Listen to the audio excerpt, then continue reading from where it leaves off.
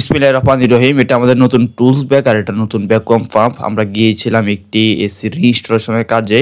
এই রুম হচ্ছে আমরা এসিটা ইনস্টলেশন করব।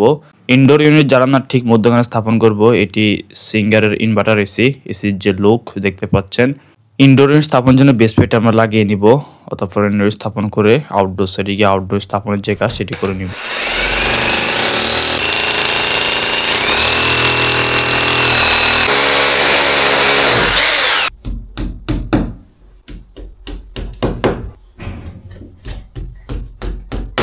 ইনডোর ইউনিট স্থাপনের জন্য বেস প্লেটটি আমরা সঠিক মেজারমেন্ট করে লাগিয়ে নিচ্ছি। এখানে পিছনের অংশে ভেন্টিলেটর দেখতে পাচ্ছেন, সেটা আমরা বন্ধ করে দিব। আর নিচ দিয়ে হচ্ছে ইলেকট্রিক যে লাইন সেটা হচ্ছে গিয়েছিল।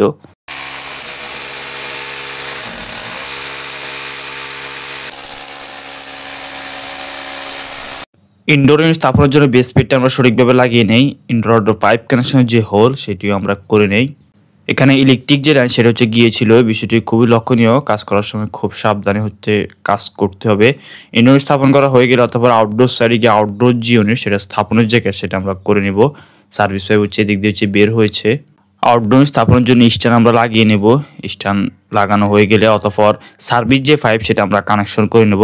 সার্ভিস পাইপ কানেকশন করা হয়ে গেলে অতঃপর আউটডোর যে ইউনিট সেটা আমরা স্থাপন করে নিব।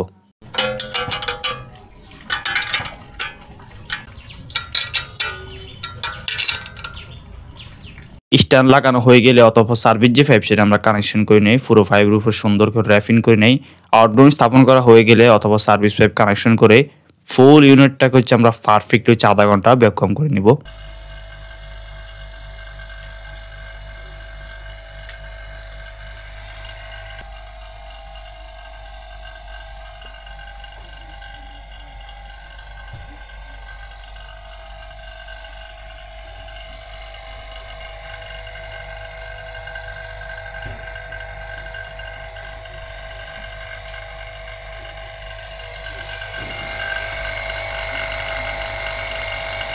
ফুল ইউনিটটাকে আমরা ভ্যাকুয়াম করে নিচ্ছি। এখানে ইউনিটের ভিতরে একবারে হচ্ছে কোনো রেফ্রিজারেটর নেই, অর্থাৎ সার্ভিস পাইপ, আউটডোর ইউনিট এবং ইনডোর ইউনিট হচ্ছে আমরা সুন্দর করে ভ্যাকুয়াম করে নিচ্ছি।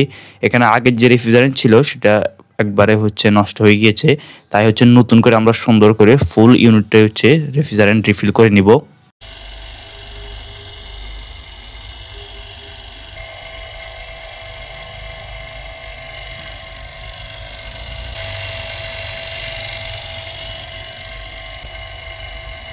ফুল ইউনিটটাকে পারফেক্টলি আমরা আধা ঘন্টা ভ্যাকুয়াম করে নেই। এখন নতুন করে হচ্ছে গ্যাস রিফিল করে নিব। ওয়েট স্কেল দিয়ে মেপে পারফেক্টলি যে রেফ্রিজারেন্ট সেটা আমরা রিফিল করে নিব।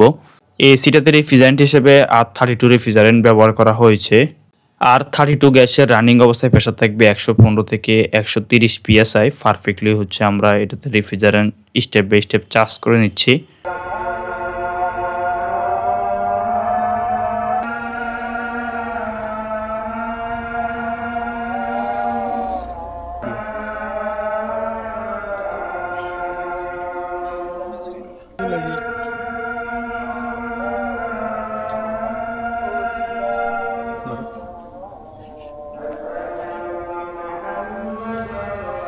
রেফ্রিজারেন্ট রিলিজ করা হয়ে গেল অতঃপর ইউনিটের জয়েন্টে কোনো লিক রয়েছে কিনা সেটা আমরা টেস্ট করে নেব। লিক টেস্ট সুন্দর হচ্ছে আমরা করে নেই। জয়েন্টের মধ্যে কোনো লিক ছিল না। ফাইনালি হচ্ছে আমরা এসিটি চালিয়ে এটার কুলিং যে পারফরম্যান্স সেটা আমরা টেস্ট করে নিব। ইনডোর সাইডের জয়েন্ট আমরা সুন্দরভাবে টেস্ট করে নেই। এখানে আমরা কোনো লিক পাইনি। ইনডোর পাইপ কানেকশন যে হোল করা হয়েছিল হোলটা আমরা সুন্দরভাবে বন্ধ করে দেই।